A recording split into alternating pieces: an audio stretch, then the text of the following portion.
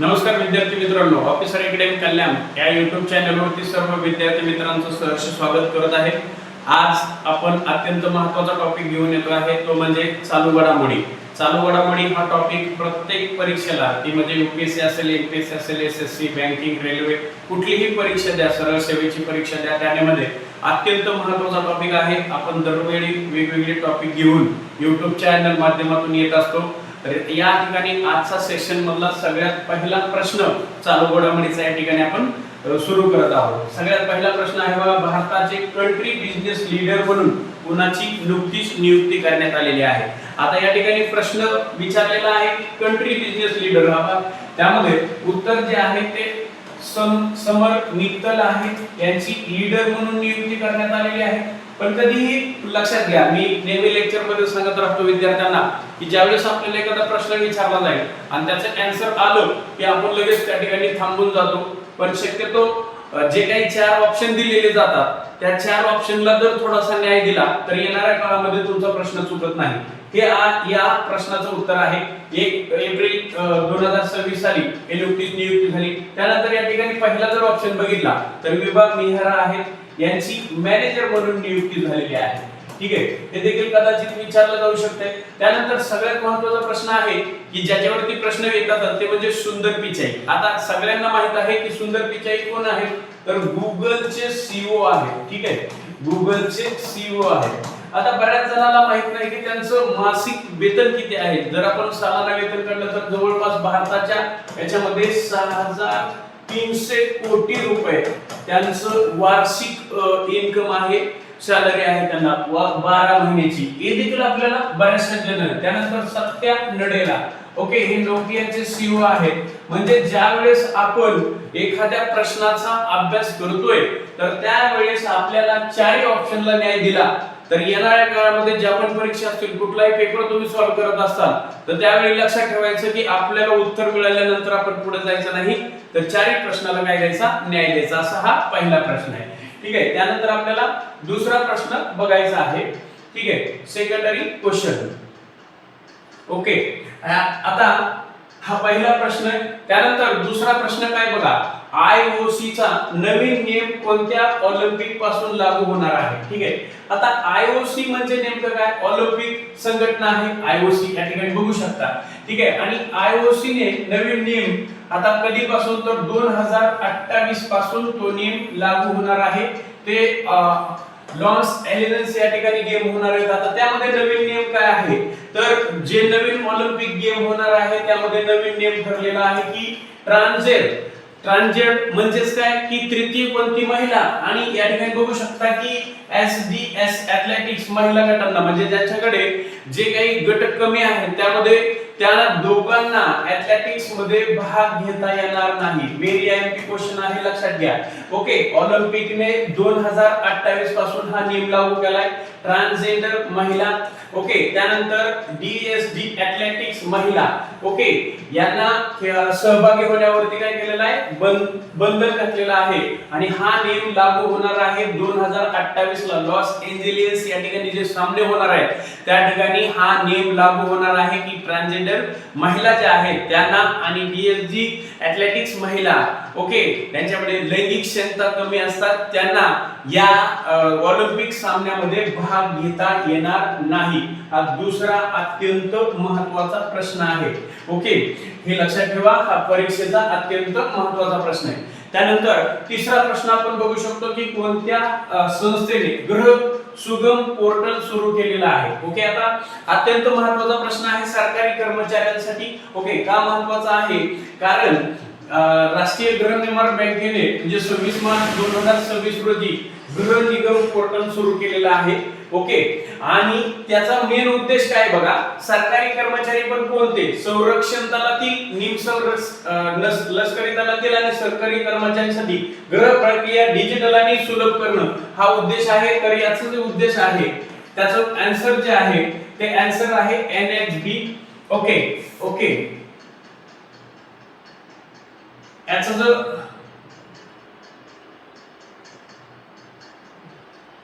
Okay, आता या ठिकाणी बघू शकतोय की कोणत्या संस्थेने बघा की या याचं उत्तर आहे NHB. ओके, आणि कधीपासून? 26 मार्च पासून, म्हणजे नुकत्याच पाठीमागच्या महिन्यापासून, की कर्ज पुरवठा जो आहे, म्हणजे घरासाठी जो कर्ज पुरवठा लागणार आहे त्याच्यामध्ये कोणाला ही सुविधा दिली जाणार आहे? संरक्षण दल, पाहू शकतो आपण, संरक्षण दलातील कर्मचारी, लष्करी दलातील कर्मचारी, सरकारी कर्मचाऱ्यांसाठी गृह प्रक्रिया डिजिटल आणि सुलभ करणं हा त्याचा उद्देश आहे. त्याच्यासाठी हे पोर्टल सुरू करण्यात आलेलं आहे. अत्यंत महत्त्वाचा प्रश्न आहे आणि ते चालू केलेलं आहे NHB या संस्थेने. ओके, हे देखील एक महत्त्वाचा प्रश्न आहे परीक्षेसाठी. त्यानंतर चौथा प्रश्न आपण बघू शकतो की जागतिक व्यापार संघटनेची 4थी मंत्रीस्तरीय बैठक कुठे आयोजित करण्यात आली? ओके, तर आता आपल्याला सगळ्यात पहिला प्रश्न पडला पाहिजे, जागतिक व्यापार संघटना. ओके, त्याला म्हणतात WTO, वर्ल्ड ट्रेड ऑर्गनायझेशन. त्याचं मुख्यालय विचारलं तर जिनेवा या ठिकाणी आहे, पण आपल्याला विचारलं की त्याची 14वी, त्या आपल्याला परीक्षेमध्ये विचारलेला आहे की त्याची 14वी बैठक किंवा मंत्री परिषद कुठे भरलेली आहे? याओंडे. ओके, हे त्याचं आन्सर आहे. आणि या ठिकाणी कधी भरलेली आहे? 26 मार्च 2026 कॅमेरन मधील हे ठिकाण आहे. आणि त्या ठिकाणी 160 हून अधिक देशाचे मंत्री, लक्षात ठेवा फक्त मंत्री बरं का, 160 देशाचे मंत्री त्या परिषदेला उपस्थित आहे, हे देखील लक्षात ठेवायचे. त्यानंतर आपल्याला विचारलं झालं WTO. ओके, याच्यामध्ये परीक्षेला विचारलं जातं की याचं मुख्यालय जे आहे ते जिनेवा आहे आणि याची स्थापना जी आहे ती 1948 साली झाली. भारत या व्यापारावरती कराराची साइन जी आहे ती 1999 साली. हा देखील प्रश्न पाठीमागे विचारला गेलाय एमपीएससी ला. अत्यंत महत्त्वाचा प्रश्न आहे. ज्यावेळेस तुम्ही अशा पद्धतीने अभ्यास कराल तर परीक्षेला एक सोप्या पद्धतीने तुम्हाला लक्षात राहायला कुठल्याही पद्धतीची अडचण निर्माण होत नाही. ओके, यानंतरचा नेक्स्ट क्वेश्चन आहे की अतिनील किरणोत्सर्ग सहसा सर्वाधिक वेग कधी असतो? म्हणजे बघा, जे काही सूर्यापासून किरण निघतात तर आपण सकाळी जर सूर्यप्रकाशामध्ये उभा राहिलो तर आपली हाडं मजबूत होतात, म्हणजे डी जीवनसत्व मिळतं. या ठिकाणी म्हटलेलं आहे की कधी त्या जी सूर्यकिरण येतात. आता यामध्ये अनेक सारे प्रश्न उपस्थित राहतात. ते प्रश्न आपल्याला या ठिकाणी लक्षात ठेवायचे आहे की सूर्याची किरण म्हणजे सूर्यापासून पृथ्वीवरती येण्यासाठी आणि आल्यानंतर ती जी किरण आहे ती सकाळची वेळेत म्हणजे 6 ते 8 वेळात कुठल्याही प्रकारची अडचण नाही, कारण त्या ठिकाणी आपल्याला डी जीवनसत्व मिळतंय. पण या ठिकाणी म्हटलंय की त्याचा सर्वाधिक वेग कधी असतो? तर तो असतो या ठिकाणी सकाळी 10 ते 4 वेळात, म्हणजे सूर्यप्रकाश बरोबर डोक्यावरती आले की त्या ठिकाणी आपण म्हणतो की एकदम जमीन तापली जाते आणि त्या ठिकाणी वेग जो आहे सूर्यप्रकाशाचा तो वाढला जातो. ओके, त्यानंतर दुसरा प्रश्न विचारला जातो तो म्हणजे महत्त्वाचा आहे जिओग्राफीच्या सेक्शन मध्ये. जी सूर्यकिरण आहे ती सूर्यापासून पृथ्वीवरती येण्यासाठी साधारणतः 9 मिनिटं वेळ लागतो. ओके, हे देखील आपल्याला परीक्षेमध्ये वेळ विचारला जाईल जिओग्राफी मध्ये प्रश्न. आणि खूप महत्त्वाचे प्रश्न या ठिकाणी हा देखील आहे. आणि ही एक गंभीर समस्या असते दुपारच्या वेळी, त्यावेळी आपल्याला उष्माघाताचा त्रास सुद्धा जाणवला जातो आणि म्हणून आपण त्या ठिकाणी थोडीशी काळजी घेतली पाहिजे. मात्र हे सूर्यकिरण ही आपल्याला जसं की अन्न बनवायचं आहे आणि वनस्पतीपासून बनलं जातं, प्रकाश संश्लेषणची क्रिया ज्याला म्हटलं जातं त्यासाठी सर्वात महत्त्वाचे असतात, वनस्पतीची वाढ होण्यासाठी महत्त्वाचे असतात. आणि सकाळची जी सूर्यकिरण असतात ती आपल्या मनुष्याला सुद्धा खूप आवश्यक आहे, विशेषतः लहान मुलाला सुद्धा खूप आवश्यक असतात, कारण त्यामध्ये डी जीवनसत्व जे असते मिळलं जातं. ओके, पण धोका दुपारी म्हणजे सकाळी 10 ते 4 या वेळामध्ये त्या ठिकाणी सर्वाधिक जाणवतो. हे देखील एक या ठिकाणी प्रश्न आपल्याला लक्षात ठेवायचा आहे. ओके, त्यानंतर अत्यंत महत्त्वाचा प्रश्न आहे बघा की नोएडा आंतरराष्ट्रीय विमानतळाचं उद्घाटन कधी झालं? आता आपण जर पाहिलं तर मागच्या काही दिवसात महाराष्ट्रामध्ये नवी मुंबई विमानतळाचं उद्घाटन सुद्धा झालेलं आहे. ओके, तसाच प्रश्न या ठिकाणी विचारलेला आहे की नोएडा आंतरराष्ट्रीय विमानतळाचं उद्घाटन 28 मार्च 2026 साली झालेलं आपल्याला पाहायला मिळतं. त्यानंतर तुम्हाला विचारलं जाईल की भारत देशातील सर्वाधिक आंतरराष्ट्रीय म्हणजे वाहतूक होणार आणि एक चांगल्या पद्धतीचं आंतरराष्ट्रीय विमानतळ म्हणून 2026 मध्ये कोणत्या विमानतळाला मान दिलेला आहे? हा देखील प्रश्न विचारला जाईल आणि हा करंट अफेअरचाच प्रश्न आहे.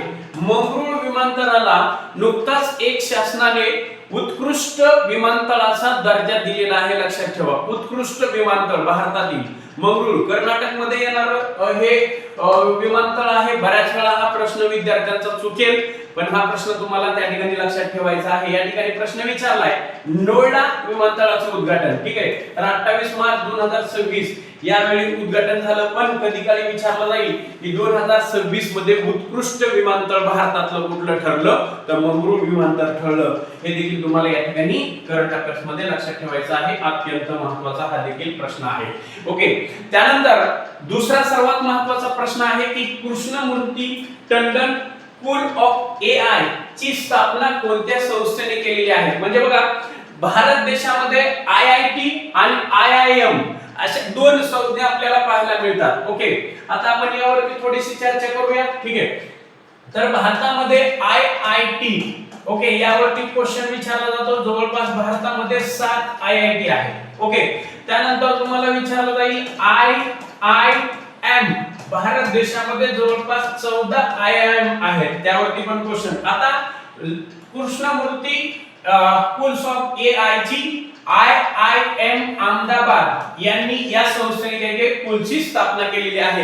हे आपल्याला या ठिकाणी लक्षात ठेवायचं आहे. कारण का, हे जर ऑप्शन तुम्ही बघितले आयआयटी दिल्ली, ओके, त्यानंतर आयआयटी बँगलोर. ठीक आहे, आता नीती आयोगाचा तर आता आदिभाग प्रश्न येणार नाही. ओके, म्हणजे स्कूल मध्ये Indian Institute of Management Ahmedabad, IM म्हणजे आयएम चा फुल फॉर्म आहे Indian Institute of Management IM Ahmedabad. या संस्थेने काय केलेलं आहे? Krishnamurthy Tandon schools of articles intelligence याची काय केलेली आहे? स्थापना केलेली आहे. मग हे आपल्याला लक्षात ठेवायचं आहे की भारत देशामध्ये आयआयटी किती आहेत, आयआयएम किती आहेत. ओके, म्हणजे यावरती सुद्धा एखादा दुसरा प्रश्न विचारला जातो, पण संस्था विचारलेली आहे हे देखील या ठिकाणी लक्षात ठेवायचं आहे.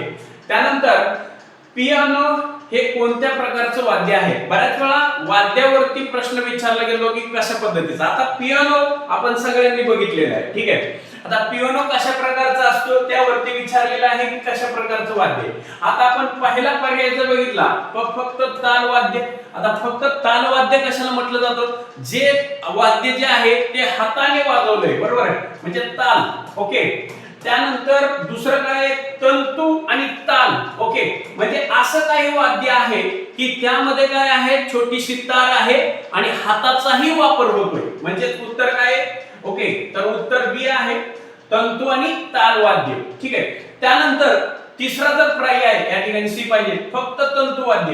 म्हणजे अशी काय वाद्य आहे की त्याला तार सारखा प्रकार, बरोबर आहे, त्याला तंतु वाद्य. त्यानंतर वायू वाद्य, अशी काय वाद्य आहेत की त्याला हवेमधून ध्वनी पद्धतीने वादन होते. ओके, म्हणून हे 4 प्रकार पडतात. आता पियानो यामध्ये का तर तंतु वाद्य पण आहे आणि ताल वाद्य पण आहे. आणि या ठिकाणी पाहू शकतो की जागतिक पियानो दिन, व्हेरी इंपॉर्टंट क्वेश्चन आहे की 29 मार्चला जागतिक पियानो दिन म्हणून साजरा करण्यात आलेलं आहे. ओके, जागतिक. आता का? कारण त्या ठिकाणी बघा 88व्या दिवशी त्या ठिकाणी पियानोचा, म्हणून तो 29 मार्चला काय केलेला आहे? पियानो दिन म्हणून जागतिक साजरा करण्यात आलेला आहे. हा देखील प्रश्न परीक्षेसाठी अत्यंत महत्त्वाचा आहे. आता पियानो कुठल्या प्रकारचं वाद्य आहे यावेळेस एखाद्या वेळेस प्रश्न विचारला जाणार नाही, परंतु तुम्हाला परीक्षेमध्ये विचारलं जाईल की पियानो जागतिक दिन कधी साजरा करण्यात आला? 29 मार्चला. हा देखील परीक्षेसाठी अत्यंत महत्त्वाचा क्वेश्चन आहे. त्यानंतर पुन्हा महत्त्वाचा प्रश्न आहे, रामनाथ गोयंका पत्रकारिता उत्कृष्ट पुरस्कार 2026 कुठे आयोजित करण्यात आलं?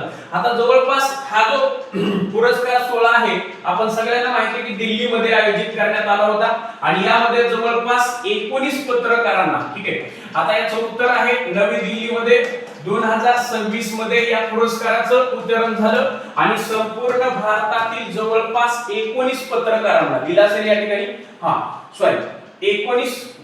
24 पत्रकारांना 24 पत्रकारांना पुरस्काराने सन्मानित करण्यात आलेला आहे भारत देशातील. 24 पत्रकारांना हा पुरस्कार देण्यात आला आहे. दिल्लीमध्ये हा कार्यक्रम आयोजित करण्यात आला होता. हे देखील परीक्षेमध्ये विचारलं जातं. जसं की आपल्याला विचारलं जातं 2026 मध्ये किती व्यक्तींना पद्मश्री पुरस्कार दिलाय, पद्मभूषण, पद्मविभूषण यावरती प्रश्न विचारले जातात. त्याच पद्धतीचा हा एक प्रश्न आहे की रामनाथ गोयंका पत्रकारिता पुरस्कार 2026 मध्ये दिल्ली या ठिकाणी आयोजित करण्यात आला आणि संपूर्ण भारतातील 24 पत्रकारांना या पुरस्काराने सन्मानित करण्यात आलेला आहे. हा देखील एक अत्यंत महत्त्वाचा प्रश्न आहे परीक्षेसाठी. बघा, त्यानंतर प्रत्येक परीक्षेला एक प्रश्न विचारला जातो, एखादा खेळाडू दिला जातो, तो कुठला खेळ खेळतो. या ठिकाणी विचारले गुरजीत सिंग कोणत्या खेळाशी संबंधित आहे. ओके, तर नुकतंच या खेळाडूने काय केलेलं आहे तर हॉकी मधून सेवानिवृत्ती जाहीर केलेली आहे. म्हणून हा प्रश्न परीक्षेसाठी अत्यंत महत्त्वाचा आहे. एक आता आपण जर विचारलं या ठिकाणी गुरजीत सिंग मान हा हॉकीच्या खेळाशी संबंधित आहे.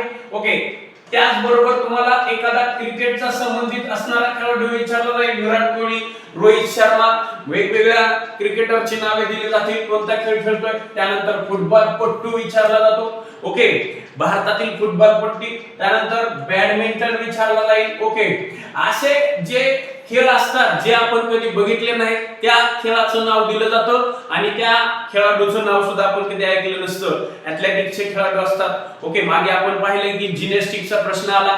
ओके, त्या लेडीजचा त्यावरती प्रश्न विचारले जातात आणि असा आता गुरजीत सिंग यांच्यावरती का प्रश्न आलाय तर त्यांनी नुकतीच काय केलेले आहे तर हॉकी मधून सेवानिवृत्ती जाहीर केली. म्हणून त्यांचा प्रश्न परीक्षेमध्ये पडण्याची चिन्ह जास्त आहेत, लक्षात ठेवा. म्हणून तो प्रश्न निवडलाय. त्यानंतर आपण बघू शकतो की हे जे प्रश्न आहेत असे प्रश्न अनेक सारे प्रश्न आहेत. दररोज आपण 10, 20, 30 प्रश्न युट्यूबच्या माध्यमातून घेतो विद्यार्थ्यांना समजण्यासाठी. पण या ठिकाणी मी युट्यूबच्या माध्यमातून सांगेल की 15 एप्रिल पासून आपण एसएससी बँक आणि रेल्वेची नवीन बॅचेस सुरू करतोय. त्याचबरोबर 12 एप्रिल पासून या ठिकाणी तुम्ही बघू शकता की आपण एसएससी सीजीएल ची टेस्ट सिरीज सुरू करतोय. ती टेस्ट सिरीज दर रविवारी 3 ते 5 या वेळात असेल आणि त्याची फी फक्त 500 रुपये असेल विथ एक्सप्लेनेशन. ओके, अशा पद्धतीने बॅचेस आणि सगळ्या टेस्ट सिरीजचा फायदा घ्यायचा असेल तर विद्यार्थ्यांनी एकदा ऑफिसर अकॅडमीशी जरूर संपर्क साधावा आणि व्हिडिओ आवडला असेल तर नक्कीच लाईक आणि शेअर करावा. या ठिकाणी थांबतो. जय हिंद, जय महाराष्ट्र.